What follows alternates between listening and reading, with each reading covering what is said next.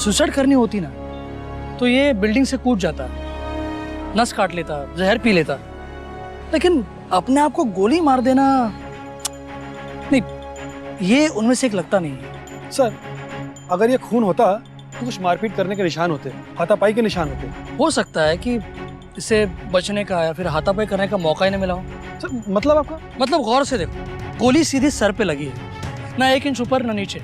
हो सकता है जिसने इसे मारा है उसने इसे यहाँ धोखे से लाया और फिर मौका देख के गोली मार दी। एनीवे, गन के बैलिस्टिक रिपोर्ट मंगवाओ और मुझे इसके बारे में पूरी इन्फॉर्मेशन चाहिए।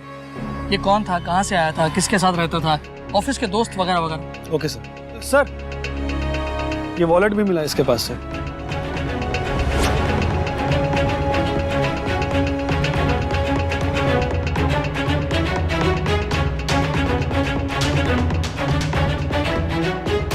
शिंदे सर इसके जेब में कोई मोबाइल था? मिला था सर, लैब भेज दिया सर उसको। If I am dead please check my phone. अगर मैं मर जाऊं तो मेरा फोन चेक करना। इसके फोन में जो कुछ भी था मुझे ताबड़तोड़ चाहिए। ठीक है सर। शायद रवि पहले से जान चुका था कि वो मरने वाला है। मुंबई के एक इलाके के रहने वाले रवि यादव की मौत जिन हालात में हुई वो फौरी तौर पर खुदकुशी की ओर इशारा कर रहे थे। शरीर पर न कोई घाव, न वहां किसी के होने का कोई सुराग और हाथ में बंदूक। ये केस भी एक खुदकुशी के केस की तरह रफा दफा हो जाता अगर रवि की जेब में वो पर्ची नहीं मिलती। उस चिट्ठी ने इस केस को सर के बल पलट दिया। अब तक जो एक आत्महत्या लग रही थी वो अचानक से एक बहुत ही चालाकी से और होशियारी से किया गया कत्ल लगने लगा। लिहाजा पुलिस इस मामले की तह तक पहुंचने में, उसकी तहकीकात करने में लग तो गई थी, लेकिन एक बात थी जो उन्हें सताए जा रही थी और वो ये थी कि क्या रवि को पता था कि कोई उसे मारने की कोशिश करने वाला है या कोई उसे मार सकता है? अगर हाँ तो कौन था वो, और अगर ना तो फिर रवि ने अपनी जेब में वो पर्ची रखी क्यों? सर मोबाइल का पूरा डेटा चेक कर लिया है, लेकिन एक वीडियो के अलावा उसके अंदर कुछ भी नहीं निकला। Okay thanks. लावा। सर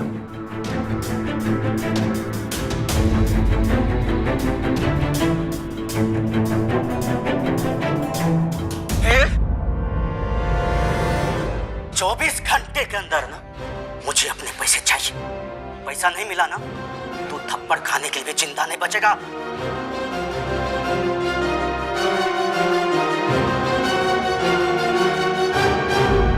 सर ये तो पठान है। शिंदे सर। ये आदमी जहाँ भी है मुझे चाहिए ताबड़तोड़। Right sir. रवि के खून में कहीं ना कहीं इसका हाथ जरूर है। सर बोला। रवि के घर पे उसका रूममेट मिला है। क्या नाम है उसका? प्रदीप।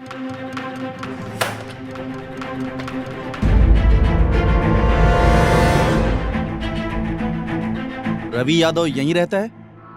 जी हाँ यही रहता है, लेकिन हुआ क्या? रवि के बारे में कुछ पूछताछ करनी है। पहले ये बताओ तुम कौन हो? मेरा नाम प्रदीप है सर, मैं रवि का बहुत अच्छा दोस्त हूँ और उसके साथ यहीं पे रहता हूँ सर। तुम रवि को कब से जानते हो? रवि और मैं तो सर बचपन के दोस्त हैं सर। रवि के माँ बाप, उसके भाई बहन? सर रवि का इस दुनिया में कोई नहीं है, अनाथ है वो। अनाथ है वो? जी हाँ। कल रात से तुम्हारा दोस्त गायब है, घर नहीं लौटा और तुम आराम से घर पे बैठे हो। पुलिस में रिपोर्ट कराने की भी नहीं सोची? सर ऐसी बात नहीं है सर। इनफैक्ट मैं खुद कल से परेशान हूँ। मेरे 30,000 रुपये मिसिंग है। 30,000? हाँ सर, और मुझे लगता है कि ये 30,000 रुपये रवि ने चुराए। तो तुम्हें अपने दोस्त से ज्यादा अपने पैसों की फिक्र है। अब चिंता करके कोई फायदा नहीं। क्यों सर? मुझे क्योंकि वो अब मर चुका है। सर उसका कहना है कि रवि ने उसके पैसे चुराए थे। कल रवि काम पर भी नहीं गया था। शायद इस आदमी को देने के लिए चुराया हो।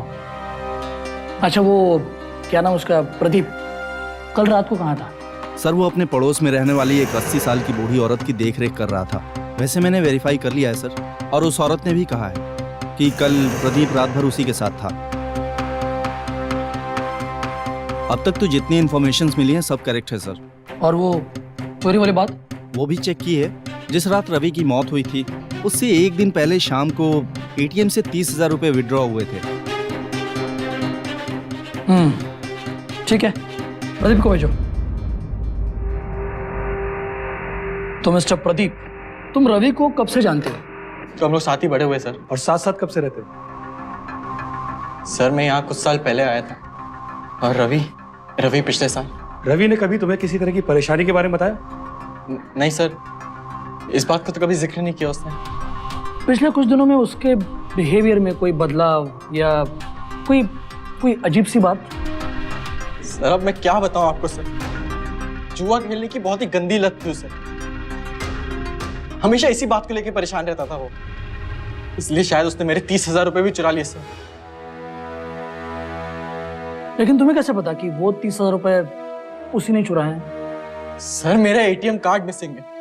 बैंक में फोन किया तो वो बोलते कोई 30,000 रुपए निकाल चुका है, और उस पिन को रवि के अलावा कोई और नहीं जानता था सर। तुमको क्या लगता है उसने उन पैसों का क्या किया होगा? जुए में उड़ा दिए होंगे उसने। क्या तुम्हें पता था कि रवि के पास एक गन है? क्या गन? नहीं सर, मुझे किसी बंदूक के बारे में नहीं पता, लेकिन हाँ खरीद ली होगी सर। जा सकते हो आप।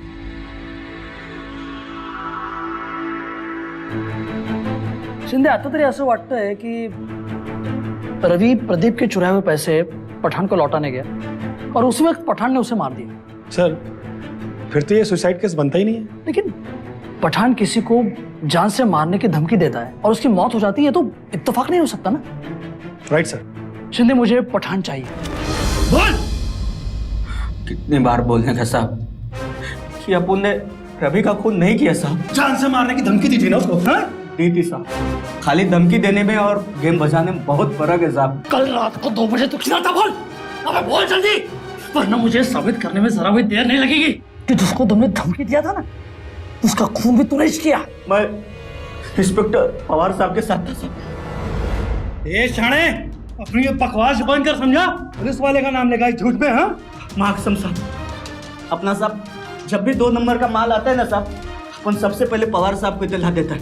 वो आ जाते हैं साहब अपना हिस्सा लेने को, और अपना हिस्सा लेके निकल जाते हैं साहब। अपने को भी शांति से धंधा करने को मिलता है ना साहब। तेरे को मालूम है ना तू क्या बोल रहा है? लेकिन यही सच है साहब। पवार साहब आए थे साहब अपना हिस्सा लेने को, रात में साहब अपने ही साथ था साहब। पवार की ड्यूटी कल रात कितने बजे खत्म हुई थी? 12:30 बजे सर, और उससे पहले वो यहीं पर था। 12:30। और ये फोटो कह रहा है कि 1:55, यानी रवि की मौत के कुछ मिनट पहले।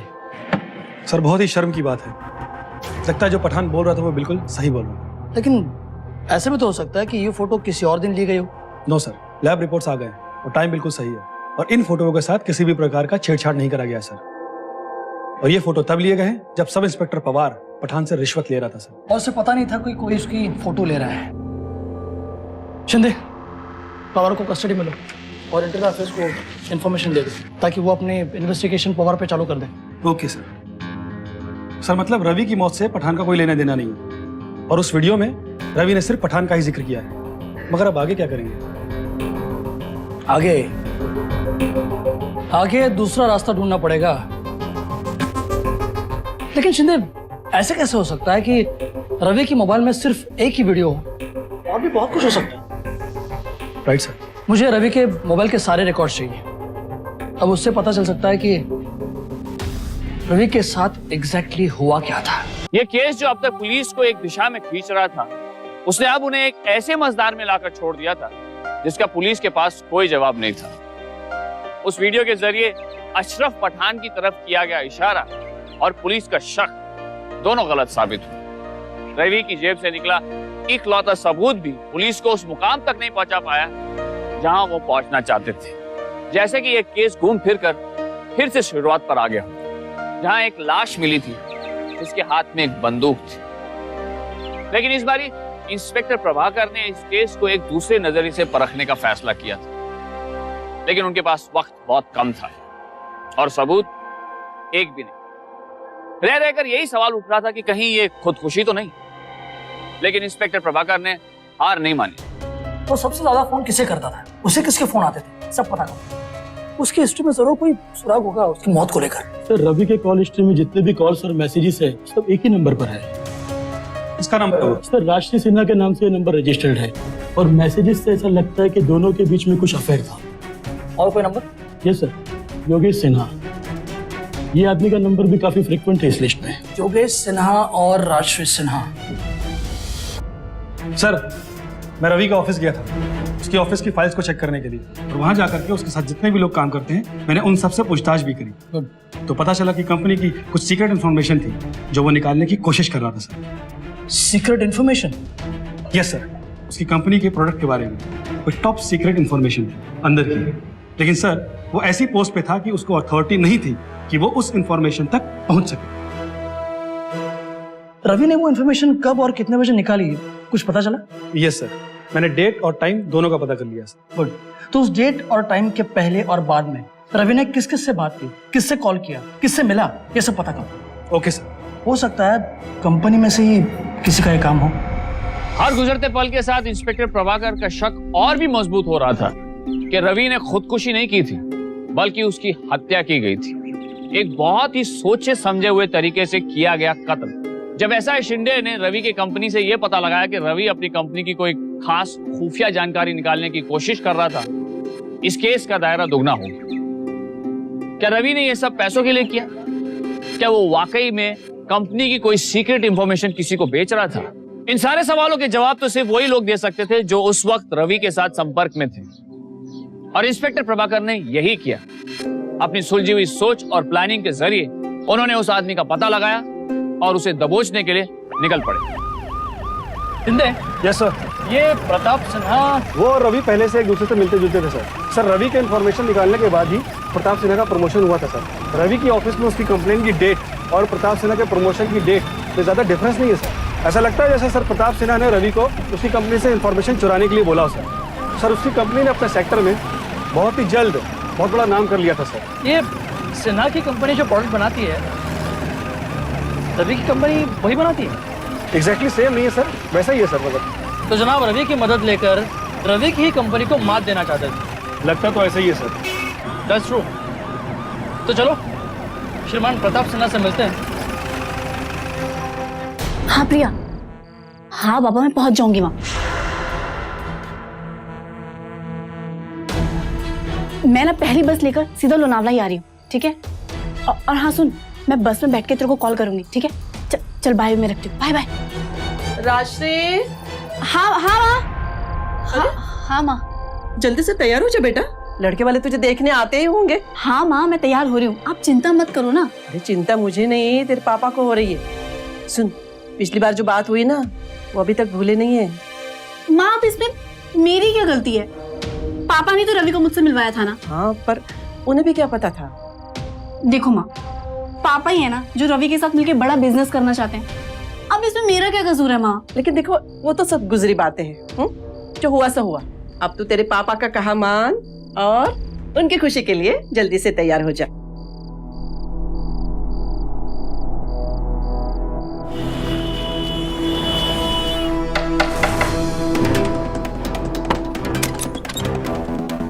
मिस्टर प्रताप सिन्हा जी। शिवम मैग्नेट्स के मैनेजर आप ही हैं? जी हाँ, बात क्या है इंस्पेक्टर? हमारे पास आपके नाम सर्च वारंट है। कैसा सर्च वारंट? हमें शक है कि रवि के मर्डर में आपका हाथ है।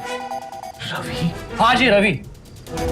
रवि को आप कैसे जानते थे? जवाब दो मिस्टर प्रताप। वो मैं रवि को उसकी कंपनी से सीक्रेट इन्फॉर्मेशन पाने के लिए आप लगातार उसके टच में थे, राइट? जी वो बोलती क्यों बंद हो गई तुम्हारी? और वो इन्फॉर्मेशन पाने के लिए आपने रवि को उकसाया था, और उस इन्फॉर्मेशन से आप अपना खुद का बिजनेस शुरू करना चाहते थे, करेक्ट? क्या हुआ? लड़के वाले आए क्या?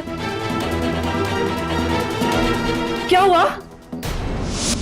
राजश्री रवि से बहुत प्यार करती थी, उससे शादी करना चाहती थी।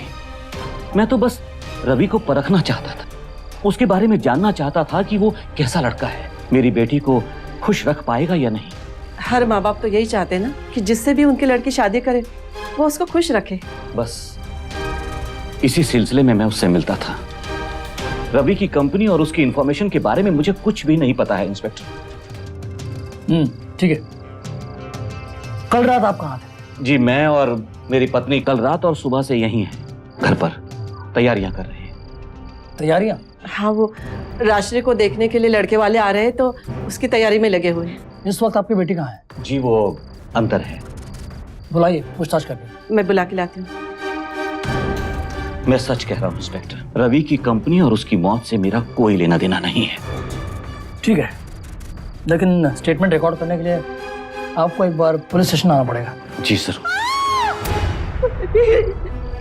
राज देखा लिखा हुआ।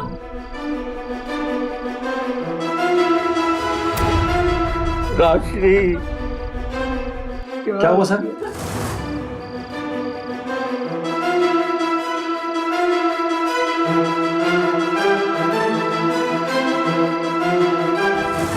राज से भाग गई।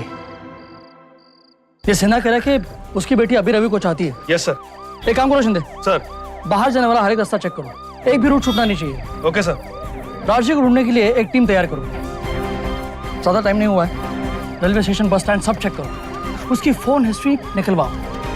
किसी भी हालत में राशि मिलनी चाहिए, उसके बिना ये केस आगे नहीं बढ़ सकता। वागले हेडक्वार्टर फोन करो, राशि का मोबाइल ट्रेस करवाओ, पता करो कहाँ पर है वो इस वक्त। डॉक्टर जल्दी।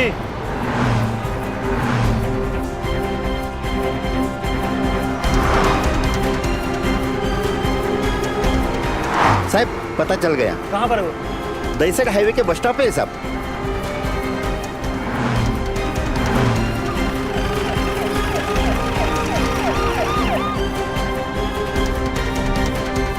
राजश्री जी चलिए आप हमारे साथ, क्या हुआ?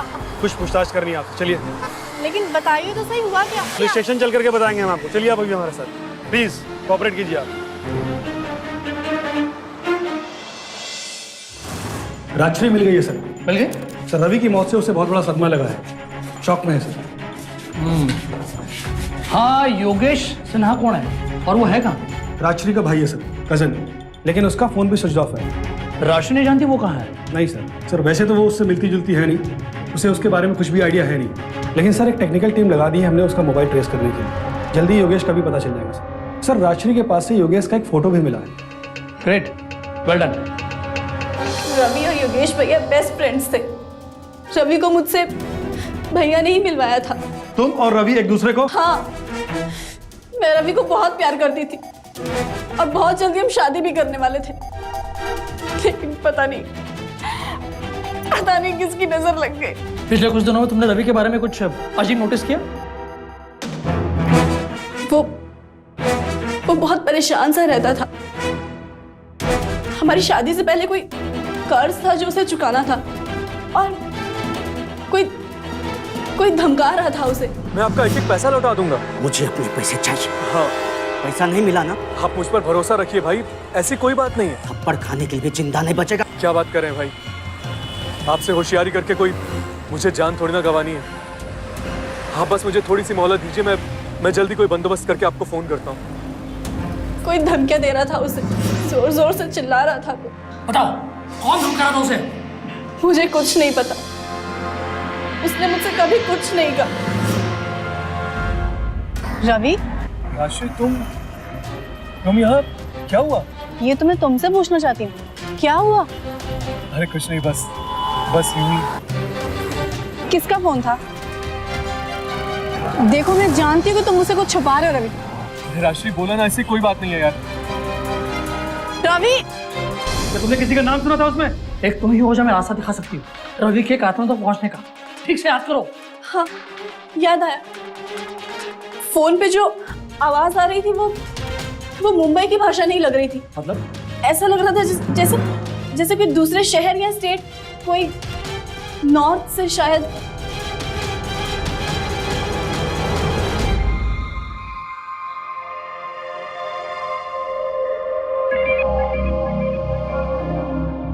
कम से कम इतना तो पता चला, शायद कोई नॉर्थ से जो रवि को धमका रहा था। लेकिन संदेह काफी नहीं है, हमें कोई सॉलिड लीड चाहिए, उसके बगैर ये केस क्रैक नहीं होने वाला। एनीवे, वो गन का बैलिस्टिक रिपोर्ट आ गया? नो सर, वो कह रहे हैं कि गन जमा करने के 48 घंटे के बाद ही रिपोर्ट आती है। तब तक केस हाथ से निकल ना जाए। सर, कल रात 2:04 पर योगेश ने फोन किया था पुलिस को। क्या? पुलिस को? Call sir Mira road area से था। मीरा रोड? सर वहीं पर रवि की डेड बॉडी मिली थी। राइट सर, जहां पर बॉडी मिली थी उससे 100 या 200 मीटर की दूरी पर ही वो लोकेशन था। और उस कॉल का क्या हुआ? सॉरी सर, इमीडिएटली नेटवर्क चला गया और कॉल ड्रॉप हो गया। Thank you. शिंदे सर, ताबड़तोड़ एक टीम तैयार करा। हर एक ऑफिसर के पास योगेश की फोटो होनी चाहिए। आज किसी भी हालत में उसे ढूंढना है हमें। देखो, उस कॉल की एग्जैक्ट लोकेशन पता करो। तो पूरा एरिया छान मारना पड़ेगा। वहां पर योगेश ने हमारे लिए जरूर कुछ ना कुछ रखा होगा। Come on, let's go.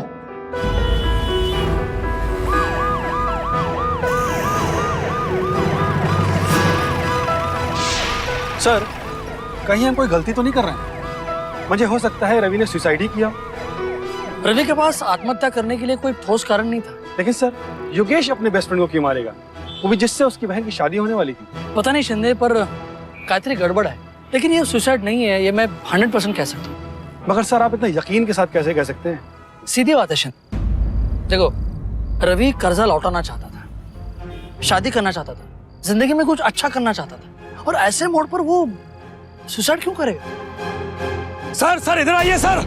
Sir जल्दी आइए। सर लाश सर। योगेश? सर ये तो योगेश है। सर अभी तक तो एक ही था और अब ये दूसरा। सर कहीं ऐसा तो नहीं रवि ने पहले योगेश को मार दिया हो और फिर खुद ही उसने? नहीं, रवि ने सुसाइड नहीं किया है, दैट्स फॉर श्योर। हाँ, ये जरूर है कि इस केस में अब तक एक ही खून था, अब ये दूसरा। खुदकुशी और मौत के बीच उलझी रवि के मौत की गुत्थी अभी पुलिस के लिए चुनौती बनी ही हुई थी कि योगेश की लाश ने तफ्तीश में जुटी टीम के होश उड़ा दी। ये केस अब एक पहेली की तरह उलझता ही जा रहा था और दूसरी तरफ पुलिस के लिए काम मुश्किल से और मुश्किल होता जा रहा था, क्योंकि अब तक उनके हाथ कोई सुराग, कोई कड़ी नहीं लगी थी। लेकिन कम से कम इंस्पेक्टर प्रभाकर का यह अंदाजा बिल्कुल सही निकला कि रवि यादव ने आत्महत्या नहीं की थी, और इसीलिए उन्होंने इसकी शुरुआत रवि के घर से करने का फैसला किया।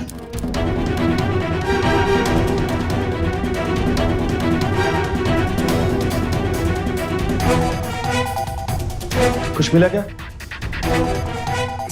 सर, ये वही कबर्ड है सर, जिसमें मैं अपना एटीएम कार्ड रखता था, जिसको रवि ने चुरा लिया और फिर मेरे अकाउंट से 30,000 रुपए निकाल लिए। डेबिट कार्ड तुम अपने वॉलेट के बजाय कबर्ड में रखते हो? जी हाँ सर, हमेशा मैं यूज नहीं करता उसे, बस इमरजेंसी यूज के लिए। लेकिन रवि तुम्हारा एटीएम पिन कैसे जानता था? सर, रवि मेरे बचपन का दोस्त है सर, तो हम लोग एक दूसरे को हर चीज बताते हैं। मैंने ही बताया था उसे पिन। और ये एल्बम? हम लोग के सर बहुत ही पक्का दोस्त था मेरा। इसमें तो योगेश भी है। इसका मतलब है तुम रवि के दोस्त योगेश को जानते थे? जानता था सर, अच्छी तरह से जानता था। रवि बहुत ही गलत संगति में था और मुझे लगता है इसी योगेश ने उसे बिगाड़ा था।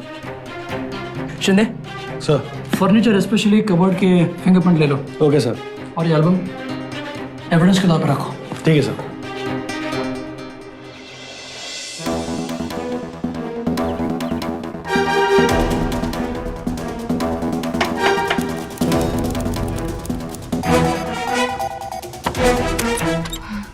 मिसेस डिकोस्टा।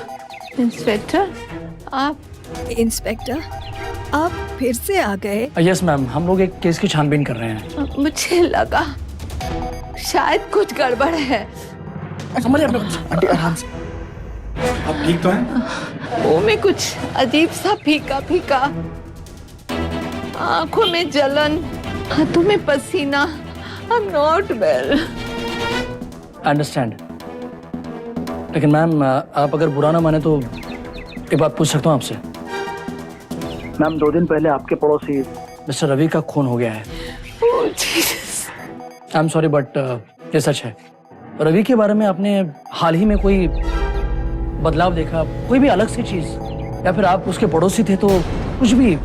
मैं उससे ज्यादा तो नहीं जानती थी, लेकिन ये लड़का थोड़ा अजीब था। जी? मतलब? मतलब हमेशा जल्दी में रहता था, हमेशा परेशान सा रहता था और कुछ तो गड़बड़, मतलब अजीब। यहाँ तक कि मैं मदद भी मांगती थी तो वो कभी आगे नहीं आता था। ये तो प्रदीप है जो हमेशा जो मुझे संभालता है। इफ यू डोंट माइंड, क्या हम अंदर आ सकते हैं? Sure. क्या आंटी, कितनी बार बोला है आपसे तबीयत का ध्यान रखने का ना? एक तुम ही तो हो जो मेरा ख्याल रखते हो। चलिए अब आपकी दवाई का टाइम हो गया। आराम से आराम से आराम से।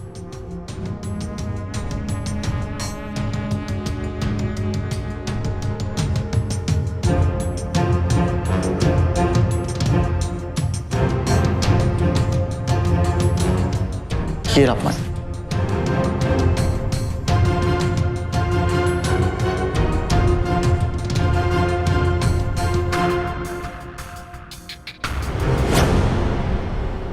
अपडेट चाहिए?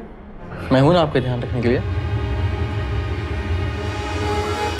क्या बताओ, जब भी टाइम मिलता है बस आ जाते यहाँ पे, दवाइयाँ देखना और ध्यान रखना। कल रात भी तुम यहीं थे? प्रदीप बहुत अच्छा लड़का है, हमेशा मेरा ख्याल रखता है।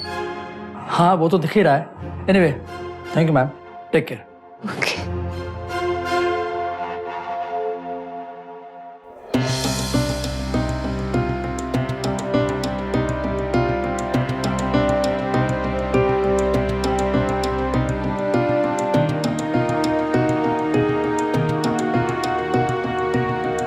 शिंदे सर। रवि के बॉडी के फोटोग्राफ्स लिए थे ना?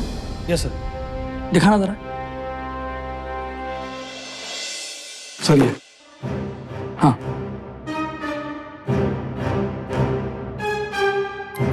यस सर, ये फोटोज देख करके साफ पता चलता है कि रवि लेफ्ट हैंडेड था और गोली लगी है उसको सिर के राइट हैंड साइड पर। Correct. Clear double murder case है सर। इन दोनों में से किसी ने भी दूसरे का खून नहीं किया। खूनी कोई तीसरा है। हाँ लेकिन एक और फैक्ट है, हमारे पास कोई सबूत नहीं अब तक। सर ये अपने फाइल में गई थी। सर ये गन की बैलिस्टिक रिपोर्ट आ गई है जिससे रवि का खून हुआ था।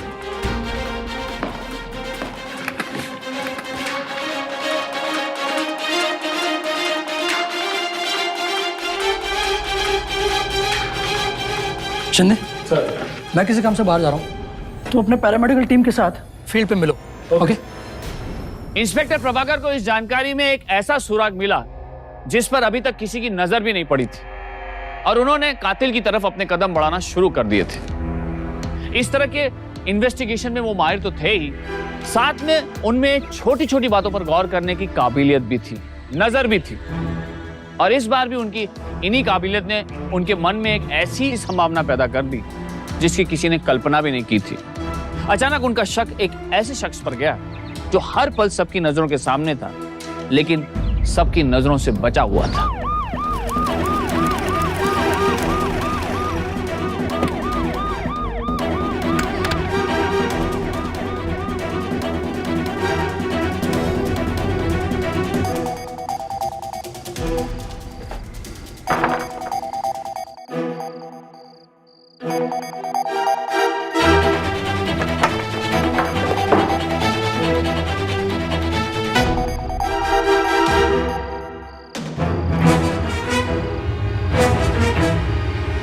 मिसेस डिकोस्टा, मिसेस डिकोस्टा, क्या हुआ? ये मिसेस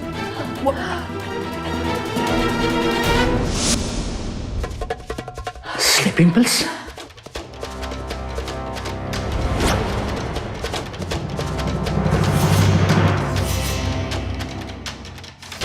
अपडेट चाहिए? मैं हूं ना आपका ध्यान रखने के लिए।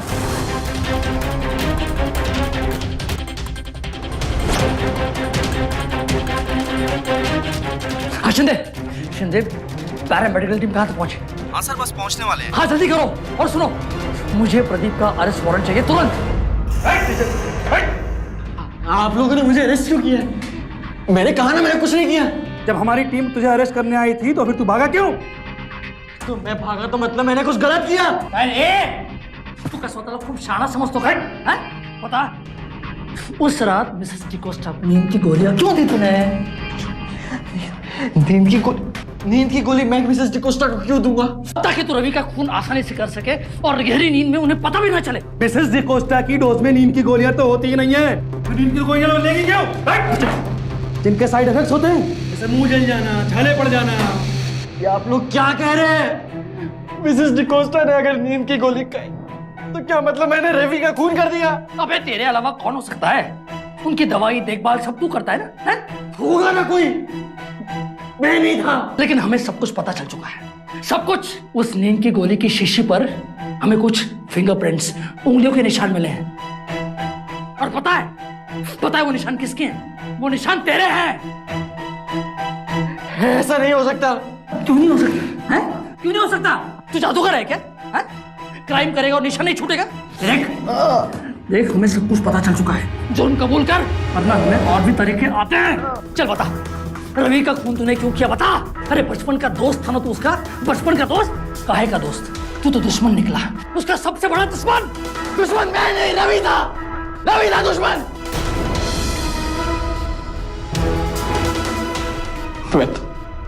मैं तो प्यार करता था राशि से प्यार करता था मैं। रवि जानता था वो इस बात को। फिर भी वो राशि से प्यार करता था। और राशि इतना मनाया, गिड़गिड़ाया, हाथ जोड़े उसके सामने मैंने, कि वो तब भी रवि से ही प्यार करती थी। और तूने रवि से ये कहकर एटीएम से पैसे निकलवाए कि तू उसे पठान के मामले में मदद करना चाहता है ना? हाँ। रवि अपने आप को प्यार में बहुत बड़ा शेर समझता था ना। पठान का नाम सुनते ही तुम दबा के घर में घुस जाता था।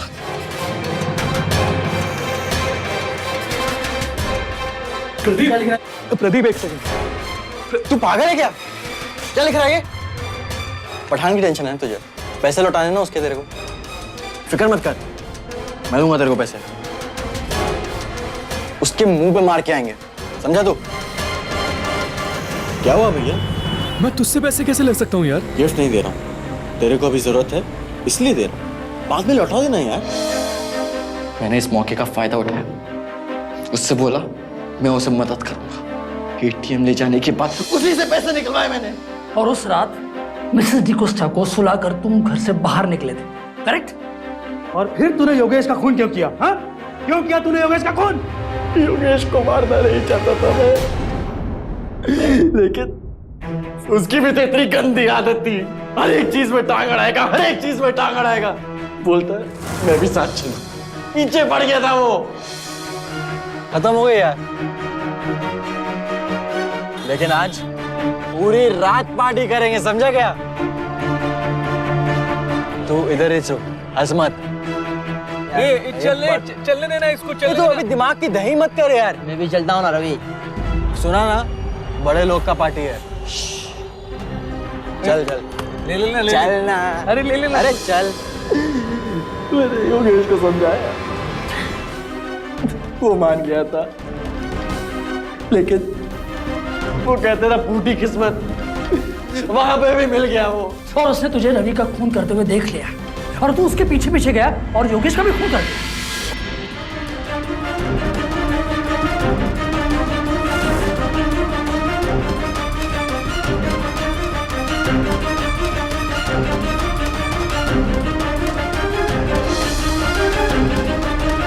प्रदीप क्या कर रहा है यार तू ये?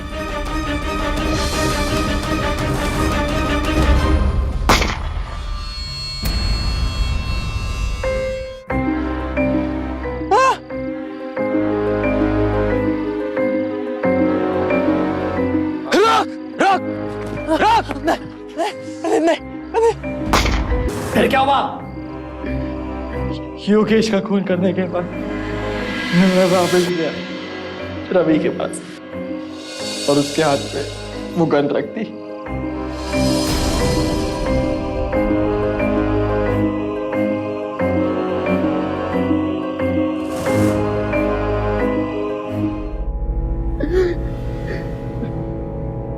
अरे हमें तो तुझ पर तब से शक था जब तूने कहा कि रवि जुआ खेलता है।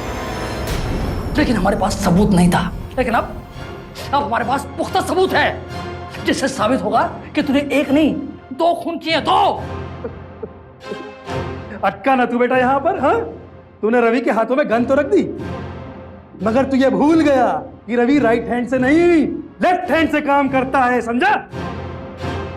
फिक्र मत कर, इतने सबूत काफी हैं तुझे उम्र भर जेल में सड़ाने के लिए। माने कौन जायला चल।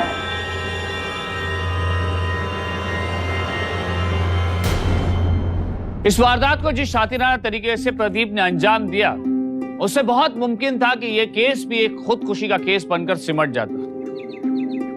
पर पुलिस के मजबूत इरादे और तफ्तीशिया नजर की बदौलत सच आखिरकार बेपर्दा हो ही गया। इंस्पेक्टर प्रभाकर और एसआई शिंदे ने कभी भी इस केस के मामले में कोई ढिलाई नहीं बरती। अपने अटल परिश्रम और साहस से आखिरकार उन्होंने ये केस सॉल्व कर ही दिया, जो शुरुआत में एक ऐसी घटना लग रही थी जिसमें कोई मुजरिम ही ना हो।